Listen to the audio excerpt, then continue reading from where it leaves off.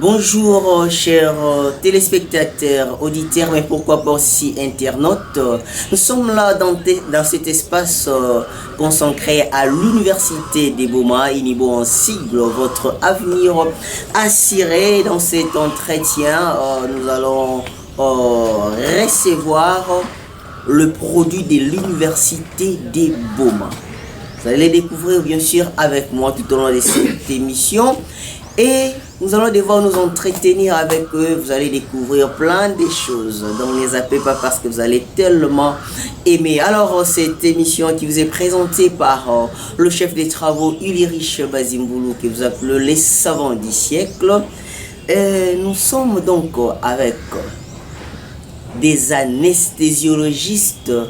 Certains disent, pourquoi ils ne disent pas anesthésie? Bon, ils sont là, ils vont expliquer toutes ces choses. Les anesthésiologistes et réanimateurs qui sont le fruit de l'Université des Boma. Alors sans plus tarder, nous allons les recevoir déjà. Chacun va se présenter et nous reviendrons pour les échanges. Nous commençons déjà avec celui qui est proche de moi et puis nous allons aller jusque là. Vous le constatez, ils sont nombre des 4. Alors, je dis déjà bonjour à tous et vous allez là nous donner votre nom, c'est que vous êtes brièvement. Je commence par vous, monsieur. Merci beaucoup, monsieur Irlich, pour la parole. Moi, c'est monsieur Pamphile Nzita. Je suis anesthésiologiste et réanimateur reconnu officiellement par l'État congolais avec comme numéro d'ordre 578. Je suis ressortissant, fruit de l'Université de Boma, Inibo en sigle, de l'édition 2023-2024. Merci, c'était pour la parole. Moi, c'est anesthésiologiste et Arsène Tamba. Je suis ressortissant de l'Inibo, reconnu dans l'ordre national avec le numéro 574/2024. Je suis le fruit de l'Inibo. Je suis anesthésologiste et réanimateur, fruit de l'Unibo, édition 2023-2024, avec mon numéro d'ordre de 587/2023-2024.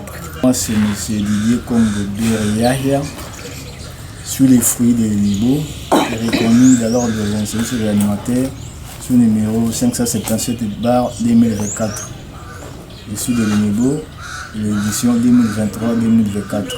Vous comprenez que nous sommes ici avec le fruit de l'Université des Boma, donc récemment collé, on ne sait pas, ils ont fini que le cycle, nous allons le découvrir donc avec vous parce qu'ils vont nous parler de leur formation. Et alors sans plus tarder, j'ai constaté que vous êtes reconnus déjà en République démocratique du Congo avec des numéros d'ordre, alors que vous avez fini seulement récemment. Nous reviendrons là-dessus pour parler qu'est-ce qui fait que vous soyez reconnu déjà au niveau national. Mais avant tout, parlez-nous de votre formation. Ici, vous avez été formé, vous avez dit, à l'Université des Boma. C'est pendant combien de temps? Et vous avez quel diplôme? Mais également la qualité de l'enseignement réussi, de la formation réussie. C'est comment vous avez réussi seulement une formation théorique ou une formation théorique conciliée à une forte pratique ou je ne sais moi comment, et même de la qualité de vos enseignants à l'Université des Boma. Donc je vous accorde la parole au même rythme que précédemment. Merci, monsieur Irlich. Nous sommes le premier fruit de l'Inibo. C'est la première promotion. Nous avons fait 3 ans. L'Inibo est en train d'évoluer avec le système LM2 et la formation est là. Les mêmes enseignants qui donnent l'anesthésie et réanimation à l'université de l'ISTM Kinshasa, ce sont les mêmes qui viennent ici.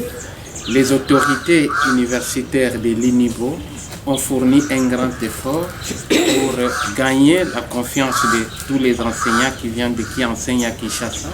Ce sont eux qui sont venus nous former ici et nous étions à Kinshasa dernièrement pour notre stage de fin de cycle. L'Université de Boma Inibo est en collaboration avec des grandes institutions sanitaires de Kinshasa. Je cite l'hôpital général de Kinshasa ex-Mamayemo et l'hôpital central militaire Kankokolo de Kinshasa. C'est là où nous avons été pour nos stages de fin de cycle. Monsieur Arsène, vous êtes produit de l'Université de Boma. Êtes-vous fier, satisfait de la formation réussie par rapport à la qualité? Vous pouvez en bomber les torses?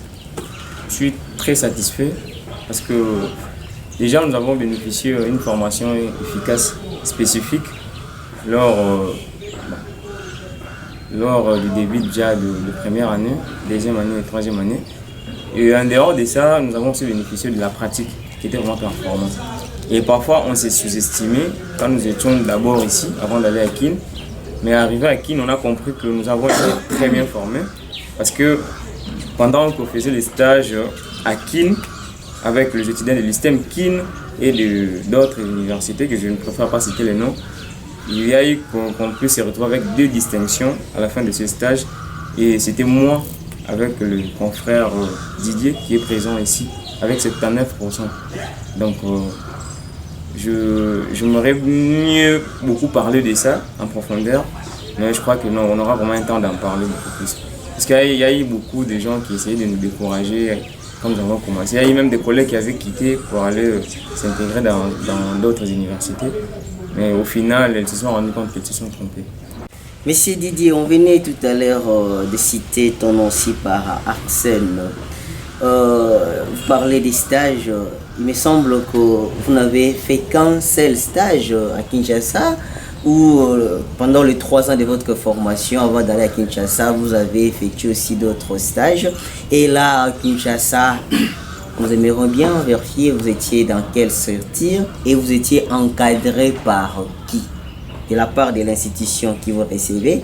Est-ce que l'UNIBO, qui est votre université qui vous a formé, a aussi dépêché un encadré pour votre suivi? Donc, c'est à vous de nous dire. Merci, c'était vraiment... Nous avons effectué notre stage à Mamayemo. La première fois, c'était quand j'étais en L2, j'ai parti pour le stage là-bas. Je suis revenu encore pour la deuxième fois avec mon frère Arsène.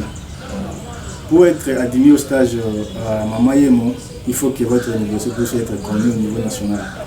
Puisqu'on vérifie d'abord la liste des universités qui forment le corps médical. Et quand nous sommes arrivés pour notre dernier stage, on était arrivés au bureau du chef de département des stagiaires et stages et recherche scientifique. C'est le docteur Kezayo Kozola qui était ici à l'hôpital général de référence de Boma comme interniste, qui est devenu maintenant chargé des stages et recherche scientifique. Il a même vérifié, il avait même appelé au niveau du secrétariat général et même au niveau du ministère si notre université est reconnue. Et là, nous sommes allés chez le médecin directeur de l'hôpital général de référence. Même dans son bureau au niveau du secrétariat, il y a la liste qui est là-bas pour les universités qui forment les techniciens anesthésistes ou bien les corps médicaux. Et on était admis, après 3 jours là, on était admis pour le stage. Nous sommes allés chez le chef de département, le coordinateur Mabela. Il nous avait accueillis au bras ouverts. Puisqu'il s'est extrêmement grave, j'étais là, quand j'étais là-bas, pour le stage LD, j'avais quand même bien travaillé par rapport à ce que le niveau m'avait formé. Et ce n'est pas pour l'orgueil ou bien pour dire n'importe quoi. Si on n'était pas déformé, on n'allait pas nous dire de revenir là-bas pour les stages de perfectionnement. Mais nous avons dit que non, ça ne sera pas bien de revenir puisqu'on doit rester chez nous, là où on nous a formés, pour qu'on puisse encadrer aussi nos jeunes frères qui sont derrière nous. Là, on était bien formés, nous avons réussi de bons encadrés avec Maman Siala qui est le chef du département, le chef de service et les autres, Maman Vivine, les autres qui étaient là-bas. Vraiment, on était vraiment satisfait pour nous par rapport à ce qui s'est passé là-bas. Et chaque fois, pendant les réunions du matin, on se sentait quand même que non. On nous appelait parfois, quand on était arrivé, nos collègues de l'ISTEM qui nous appellent déjà de la bourse. Ceux qui viennent de la bourse, Mais après 2 séances de réunion du matin avec les exposés qu'on avait fait, on nous appelait déjà de la bourse, mais tout le monde qui était là nous considérons comme les hauts. Maintenant, le nom a changé. Vieux, confrère, on ne pas voyer les gens de la bouche, mais on doit devenir des vieux des confrères. Tout ce qui est, même les cordeaux, lui-même, il avait sorti que non. À l'intérieur, il y a l'information. À l'INIBO, il y a vraiment la formation. Merci beaucoup à l'INIBO, il y a vraiment de la formation. Mais Madame Joséphine Nzita, vous, je ne sais pas, vous avez passé votre dernier stage dans quelle institution, mais également quel souvenir que vous gardez encore de ces stages, juste par rapport à une tâche que vous avez eu à réaliser qui reste indélébile dans votre mémoire. Merci, c'était Ilariche. Nous avons passé notre stage à l'Institut à Kankokolo.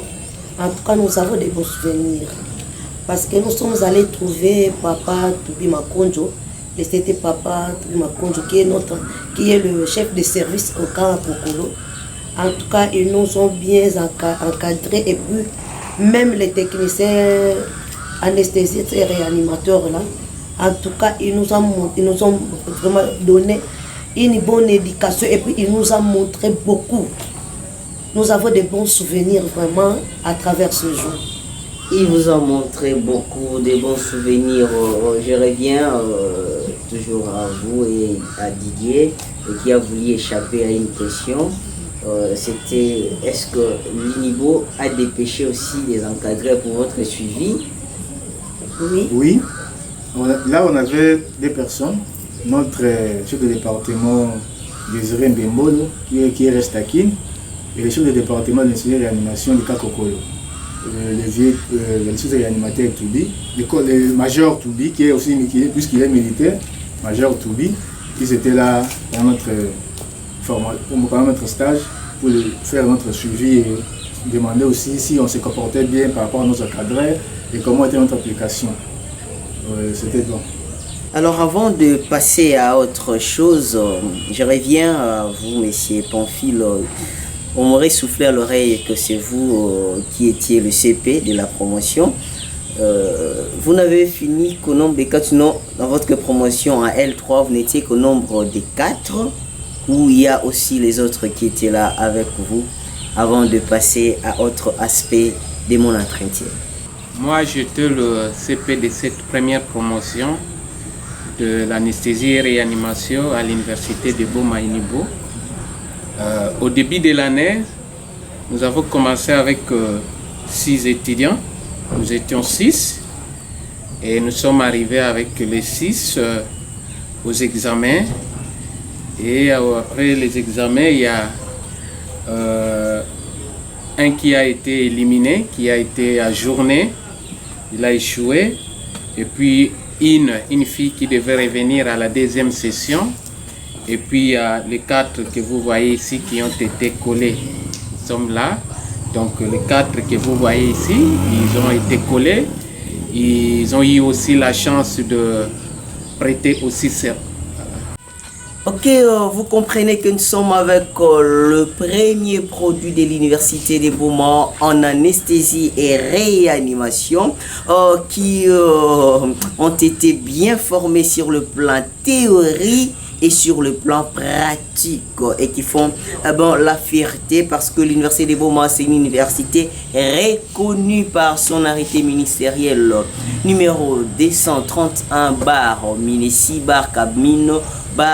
2022. Alors lorsque vous étiez en train de vous présenter, vous avez chacun cité son numéro d'ordre.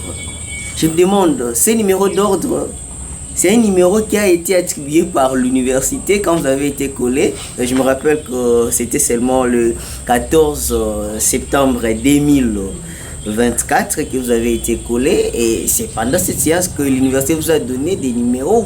Racontez-nous un peu brièvement comment cela s'est passé pour que vous puissiez avoir ces numéros.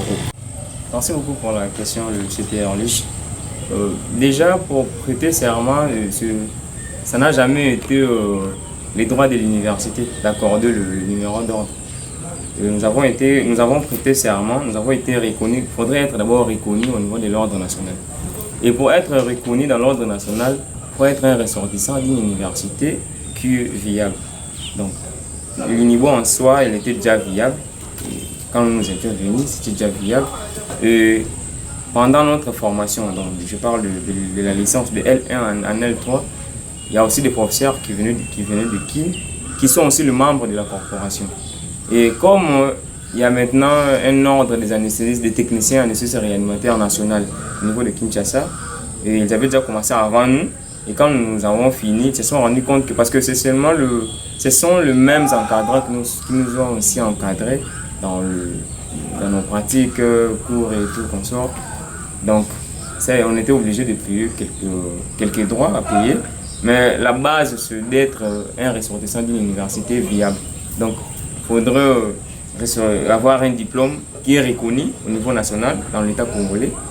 Et aussi être ressortissant d'une université viable pour prêter serment. Madame Sophie, vous allez compléter quelque chose sur ce que M. Arsène a dit. Cette prestation des serments a eu lieu à Boma seulement, ou c'était ailleurs, et en présence de quelles autorités vous pouvez citer et en quelle date?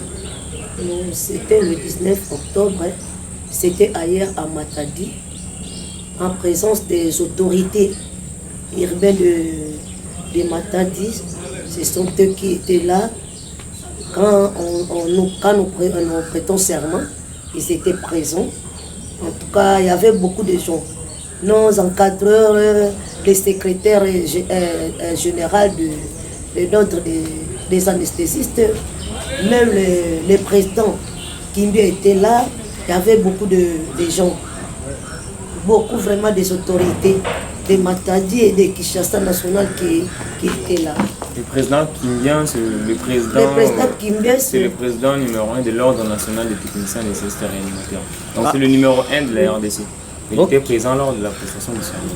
Ok, donc le numéro 1 était là. Oui, c'est lui Parce d'ailleurs.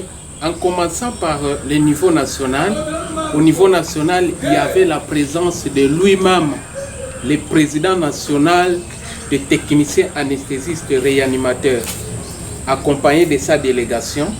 Et au niveau provincial, il y avait des autorités politico-administratives et puis les autorités de Saint-A, de la corporation, le secrétaire provincial des anesthésistes, l'anesthésiologiste Guy Mafouana et le président aussi. Et au niveau ici urbain, à Boma, il y avait aussi la présence du président urbain des anesthésiologistes et réanimateurs ici à Boma. L'anesthésiologiste J.P. Makaya. Il me semble qu'il vous a aussi enseigné. Oui. Oui, il fait aussi partie de nos encadrants. Ouais. Monsieur Didier, je ne sais pas si vous avez quelque chose à compléter. Puis j'ai écouté, on parle aussi des CETA. Je ne sais pas comment s'appelle votre corporation, tout ça. Quand on parle de CETA, c'est Conseil national des techniciens anesthésistes réanimateurs du Congo. Et au niveau nationalité, comme les amis viennent de dire, c'est le président Kimbien qui dirait ça. À part le président Kimbien, le CT Tibet, et les amis ont bien expliqué qu'il y a au niveau urbain ici, et du bas-fleuve, c'est notre grand maître Makaya Polo, de la CV, qui nous a amené lui-même dans sa jeep jusqu'à Matadi. Il nous avait amené lui-même à Matadi, notre président, on était avec lui, ensemble, et nous avait accueillis. Déjà des beaux mains étaient arrivés, toute la salle était vraiment, tout le monde était là, nous avait applaudi. Déjà des beaux qui étaient arrivés là-bas, les 4 lauréats de l'université de Boma. Eh bien, nous sommes tellement édifiés avec des téléspectateurs internautes. Et par là, je profite déjà à lancer une invitation de venir vous inscrire massivement à l'université de Boma parce que, voyez-vous, nos amis, ils ont été coulés le 14 septembre et le 19 octobre, ils ont prêté serment, ils ont leur numéro d'ordre. Eh bien, je reviens à vous, vous avez fait une filière appelée anesthésie et réanimation. En termes simples, ne soyez pas trop savants, oui, bien qu'on appelle les savants du siècle, mais ne soyez pas trop savants si vous voulez aider la population de comprendre ce qu'on entend par anesthésie et réanimation. C'est quoi? Et par là, donc, comme vous êtes 4, il y a déjà les 2 premiers, vous allez nous éclairer sur les concepts anesthésie et réanimation. Et je reviendrai pour des autres qui vont nous parler un peu du rôle d'un technicien anesthésiste ou anesthésiologiste et réanimateur dans une structure de santé. Alors, on commence par anesthésie et réanimation, c'est quoi? Merci beaucoup pour la question, le CT Ehrlich. Bon, pour être un peu bref, pour essayer de faire comprendre aussi les téléspectateurs qui ne sont pas du domaine. Déjà, anesthésie et réanimation, il y a 2 mots, il y a 2 grands mots, anesthésie et réanimation. Anesthésie qui veut simplement dire l'abolition de la sensibilité, mais de façon réversible, c'est pas irréversible. Donc, l'abolition de la sensibilité de façon réversible. Et la réanimation, dans un terme pour se rendre vivant de nouveau. Donc, réanimer quelqu'un, se rendre vivant de nouveau. Donc, voilà, c'est un peu ça, en un mot. Voilà, l'anesthésiologiste et réanimateur joue un grand rôle dans une structure sanitaire. D'abord, au niveau du bloc opératoire, il est là pour assurer la sécurité du patient au bloc opératoire. Avant, pendant et après l'intervention. Donc, la sécurité, la gestion de la vie du patient au bloc opératoire est assurée par un anesthésiste réanimateur. C'est pourquoi, lorsque vous êtes en train d'opérer ou un médecin est en train d'opérer, sans la présence d'un anesthésologiste et réanimateur au bloc opératoire, il soumet son patient en danger, il met son patient en danger. Donc, la sécurité de ce patient-là est bafouée. Mais aussi, l'anesthésiologiste et réanimateur est là, joue aussi le rôle de faire la CPA, la consultation pré-anesthésie. Parce que tout candidat qui doit subir une intervention chirurgicale ou médicale doit obligatoirement passer par la CPA qu'on appelle consultation pré-anesthésique. Et cette consultation pré-anesthésique est assurée seulement par un anesthésologiste réanimateur.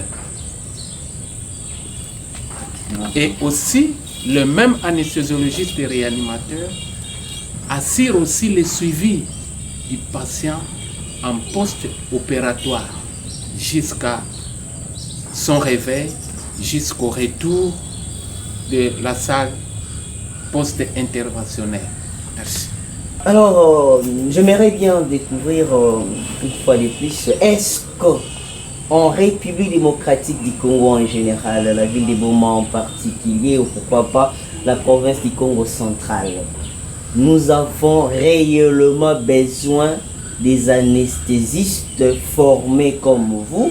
Parce que depuis lors, les interventions chirurgicales se font dans les hôpitaux. Nous voyons les infirmiers qui se substituent à vous. Est-ce qu'on a vraiment besoin des anesthésiologistes réanimateurs dans les hôpitaux? Et quelle différence y a-t-il entre vous et ceux qui n'ont pas suivi votre formation, mais les font déjà? Merci pour votre question. Vraiment, dans notre ville ici de Boma, vraiment, dans nos institutions de santé, on a besoin d'anesthésistes et réanimateurs. Parce que quand vous allez ailleurs, peut-être à Kin, partout, même dans les petits centres, vous allez trouver qu'il y a des réanimateurs qui arrivent souvent là-bas. Ici à Boma, dans la plupart de nos structures, il n'y a que les injecteurs qui assurent l'anesthésie dans nos hôpitaux. Mais ça a beaucoup de dangers. Puisque s'il y a des problèmes qui se posent là-bas, ils ne sont pas capables de réanimer la personne qui a eu des problèmes au niveau du bloc opératoire. Et c'est ça aussi la cause de beaucoup de décès en post-opératoire. Puisque en post-opératoire, l'anesthésie réanimateur doit surveiller son patient 48 heures après l'intervention. Tous ces décès qui arrivent juste après l'intervention de 48 heures, cela est assuré par la charge de l'anesthésie réanimateur. Mais chez nous aujourd'hui, dans la ville d'ici, on peut amener une personne comme à l'abattoir, on lui donne la kétamine, on lui opère, et puis s'il décède, on dit c'est la famille qui a tué, et les problèmes de la famille sont surveillés, ou peut-être c'est la dose qui n'était pas bien donné, ou bien il y a le dosage qui a fait que la personne puisse décéder. Et là, on dit seulement ce sont les sorciers qui ont tué.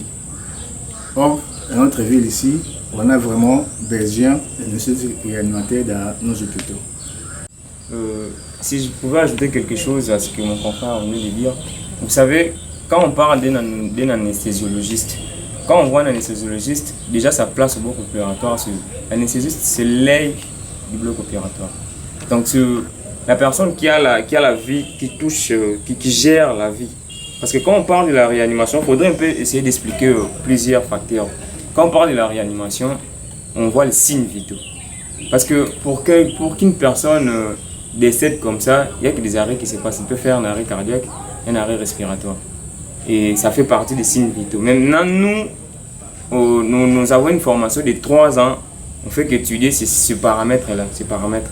Donc, vous savez, les très chers téléspectateurs, les produits qu'on consomme, les médicaments et tout, c'est aussi toxique à la santé. Et voire même les produits qu'on utilise en anesthésie, c'est toxique. Donc, vous allez vous rendre compte, avant l'arrivée de plusieurs anesthésistes dans la ville, les interventions étaient... les gens craignaient beaucoup plus les interventions. Donc quand vous amenez votre frère ou soeur au bloc opératoire, vous ne savez pas s'il va sortir ou pas. Et les gens ne comprenaient pas c'était pourquoi. C'était pas à cause de la sorcellerie, c'était juste, il y avait beaucoup des accidents péropératoires. Des incidents en péropératoire dus au surdosage. Parce que les gens qui donnaient cette anesthésie-là, ils ne sont pas des anesthésistes de formation. Donc ce sont des gens qui ne maîtrisaient pas ce qu'ils faisaient. C'est comme de la mécanique. Mais nous, en tant qu'anesthésiologistes de formation, on connaît ce qu'on peut faire et tout pour arriver à gérer. On ne dit pas qu'on est des dieux, on n'est pas arrivé à connaître des décès. Mais au moins, on peut faire l'essentiel pour que les interventions ne puissent pas être vraiment craignantes comme avant. Qu'à chaque fois, une intervention, il doit y avoir un décès et tout. Donc, c'est un peu ça. Et aussi, la grande différence entre un anesthésiste et un anesthésiologiste, c'est simple. Parce que jadis, il y a plusieurs années ici, il y avait des interventions qui s'est passées avec des injecteurs. Donc, un infirmier peut prendre un produit qu'il donne et la personne dort et l'intervention se passe aussi. Mais la différence, c'est quoi? L'anesthésologiste, c'est quelqu'un qui a fait cette formation, qui connaît la science, qui connaît ce qu'elle fait. L'anesthésologiste, ce n'est pas quelqu'un qui fait de la mécanique, qui ne maîtrise pas ce qu'elle fait. Donc, je ne sais pas si confrère a quand même quelque chose à ajouter. J'ai quelque chose à ajouter là-dessus. Voilà, dans un hôpital où il y a un anesthésiste réanimateur, lorsque un patient vient pour un problème opératoire, le médecin, c'est celui qui fait la consultation médicale. Et l'anesthésiologiste fait la consultation pré-anesthésique. Voilà, les consultations sont différentes. Celle que fait les médecins, c'est la consultation médicale. Et nous faisons ce qu'on appelle par la consultation pré-anesthésique. Et lorsque les patients arrivent, ils consultent le médecin pour un problème chirurgical. Le médecin fait son diagnostic. Par exemple, ce patient doit être opéré pour une myomectomie. Les médecins envoient les patients au cabinet de l'anesthésiologiste réanimateur pour une consultation pré-anesthésique. C'est l'anesthésiologiste qui doit, après consultation, choisir la technique avec laquelle il faut utiliser pour opérer ces patients-là. C'est l'anesthésiologiste qui doit décider si ce patient-là est opérable ou pas. Et le problème chez nous, ici, peut-être dans notre ville, les patients ne sont pas encore informés que surtout, lorsqu'il y a décès au bloc opératoire, la première personne qu'il faut cibler, c'est l'anesthésiologiste. Parce que souvent, ce qui tue au bloc opératoire, ce n'est pas la chirurgie, c'est l'anesthésie qui tue. Parce que l'anesthésiologiste, lui, il gère les signes vitaux. C'est lui qui gère la vie du malade. qui est là pour sécuriser la vie du patient au bloc opératoire. Si l'anesthésiologiste dit que ce patient ne peut pas être opéré, le chirurgien ne peut jamais oser opérer ces patients-là. Parce que nous allons voir l'état général du patient et par rapport aux produits que nous allons utiliser, si ce patient-là peut résister ou peut supporter. Parce que les produits anesthésiques, ce sont des drogues, ce sont des poisons et qu'ils ne peuvent être manipulés que par un anesthésiologiste et réanimateur de formation. Voilà pourquoi nous lançons un appel à tous les médecins qui continuent à risquer en travaillant ou en confiant cette grande responsabilité aux infirmières à donner l'anesthésie et réanimer, à administrer des produits anesthésiques. Je pense même déjà qu'il y a une commission qui est déjà mise en place pour essayer déjà de corriger cette pratique-là. Comme ça, les jours à venir, c'est comme ça que le gouvernement veut que dans chaque structure sanitaire, surtout de l'État, qu'on ait au moins un anesthésiste réanimateur pour assurer la sécurité des patients qui doivent subir des interventions chirurgicales. Et nous, on n'est pas seulement anesthésiologiste, mais on est aussi réanimateur. Qui dit l'anesthésie parle aussi de la réanimation. Merci beaucoup. Ah oui, je suis resté, comme on dit, bouche bée. Mais j'apprends avec vous, chers téléspectateurs, n'est-ce pas? Ok, c'est comme ça là, je tiens à rappeler que nous sommes avec le premier produit de l'université des Boma, l'INIBO, en anesthésie et réanimation. C'est bien, vous avez éclairé quelques zones d'ombre que les gens avaient sur l'anesthésie et réanimation. Vous avez fini, vous avez aujourd'hui un numéro d'ordre, produit de l'INIBO, bien sûr que vous êtes, mais vous êtes reconnu dans votre corporation. Alors vous continuez toujours à dormir le long de la journée et la nuit, ou sinon vous êtes déjà récupéré quelque part. Et aussi, quel est le message que vous lancez à la population bomatracienne et ses environs qui vous suit en ce net moment? Nous ne sommes pas à la maison pour dormir, nous sommes déjà sur le terrain. Par exemple, moi je suis à la clinique Croix-Rouge. Je ne sais pas aussi les amis aussi vont dire là où ils sont maintenant, ils vont vous expliquer. On ne dort pas à la maison, moi j'ai commencé à travailler. Je suis à la clinique Croix-Rouge de ma part. Et vous êtes déjà quelque part sur terrain. Maintenant, qu'est-ce que vous voulez rester seul? Vous ne voulez pas avoir des concurrents de jours à venir? On ne veut pas. Je ne veux pas rester seul, puisque notre travail, ce qu'on fait, on finit toujours à devenir des hypertendus si on travaille seul. D'être notre règle d'or, notre deuxième règle dit, on ne peut pas travailler seul. Il faut avoir un compagnon qui doit te porter secours en cas de problème. On veut avoir beaucoup de gens s'inscrire à l'INIBO, puisque l'INIBO a déjà des enfants sur le terrain. Reconnus au niveau national. Et peut-être là où ils vont aller, ailleurs ou là où ils vont aller, c'est comme l'enfant qui est maintenant dans le ventre. Hein. Il n'est pas encore sorti. L'utérus n'est pas encore sorti, mais s'il décède, si la dame fait l'avortement ou bien fausse couche, il va devenir. Il faut aller là où il y a des gens qui font le travail. Bon, moi je suis à l'hôpital général de référence, ici à l'hôpital central. C'est que je peux lancer un appel à tout le monde qui veut étudier l'anesthésie, de venir à l'INIBO. Parce qu'il faut partir là, il y a déjà des fruits. Vous ne pouvez pas aller, là on commence, c'est déjà... Là, donc on commence à peine, ça ne va pas. Ça ne va pas, mais là il y a déjà des gens qui sont déjà sur les marchés. C'est un autre... Il y a de l'avenir.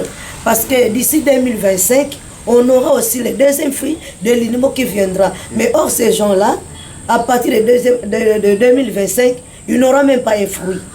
2025, 2026, 2027. Donc chaque fois à l'INIBO, on va faire sortir les anesthésologistes d'où. Venez. Il ne faut pas suivre les gens qui vous disent que non. Ceux qui sont déjà sortis à l'INIBO ne font rien. Donc ce sont des gens qui sont incapables sur terrain, ils ne font rien.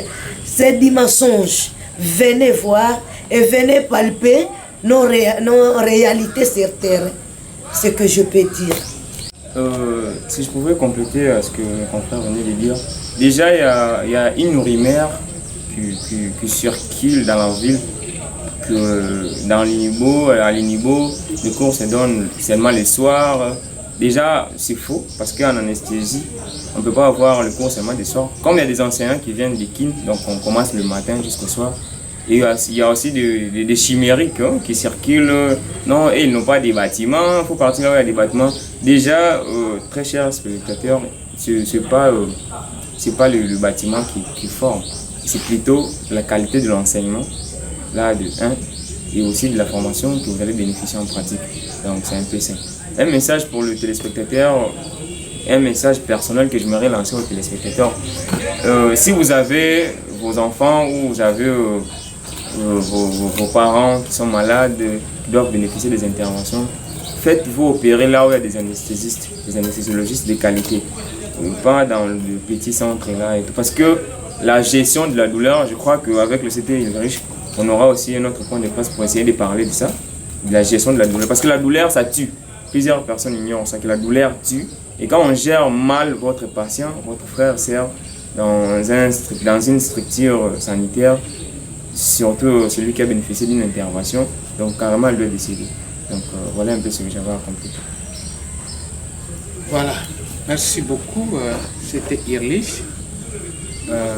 Vu que le besoin est grand ici dans la ville, on a besoin des anesthésiologistes réanimateurs. Parce que quand il faut voir presque dans toutes les structures sanitaires de l'État ici, on n'a pas d'anesthésiologiste réanimateur. C'est comme ça que c'était une chance, une occasion pour la ville de Boma d'avoir ses propres fruits des anesthésiologistes. C'est comme ça que nous nous sommes partagés, comme nous sommes 4. Moi, je suis déjà à l'hôpital général de référence de Boma, accompagné de mes chers aînés. Là, je suis avec ma chère aînée, l'anesthésiologiste et réanimateur Maman Mignon, et les camarades de l'autre côté, et au clinique Croix-Rouge, toujours à côté de notre aîné, l'anesthésiologiste ici de Mabakou, le maître Cyprien, aussi notre encadreur, le maître JP Makaye. Donc nous sommes sous leurs encadrements aussi.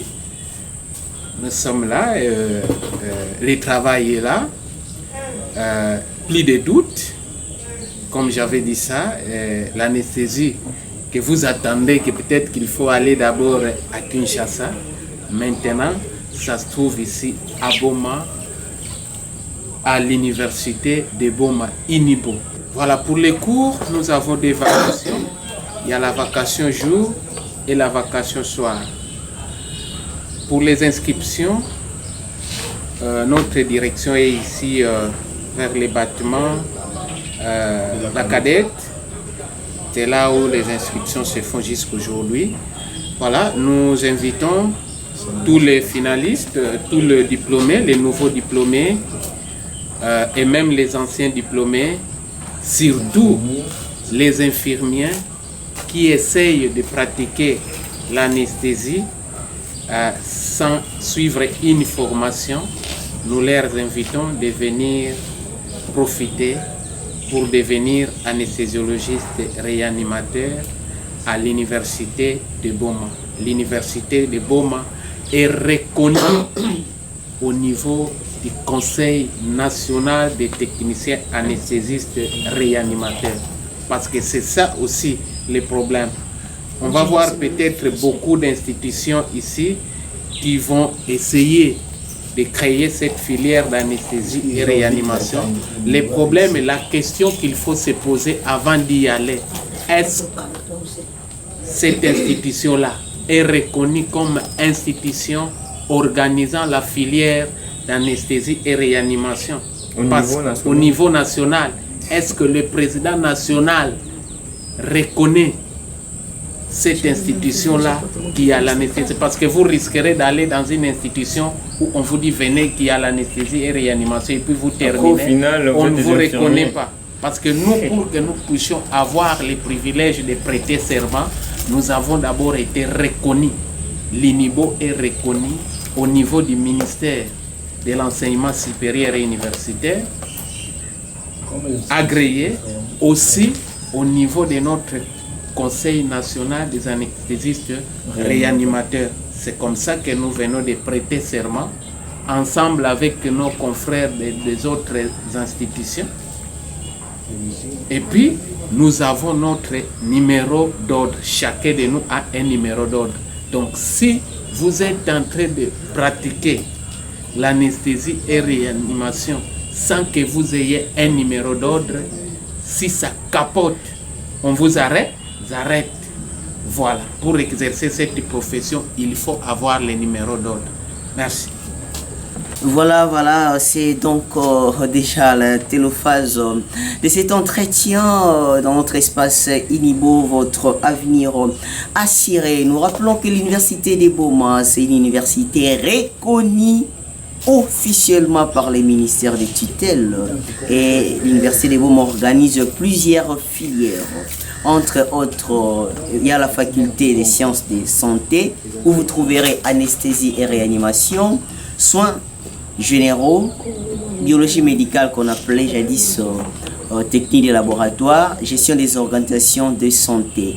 Et la vacation soir, vous trouverez des facultés comme sciences économiques et gestion, vous trouverez sciences juridiques, politiques et administratives, sciences et technologies, où il y a l'informatique, télécommunications, et vous avez la faculté d'agronomie et de l'environnement.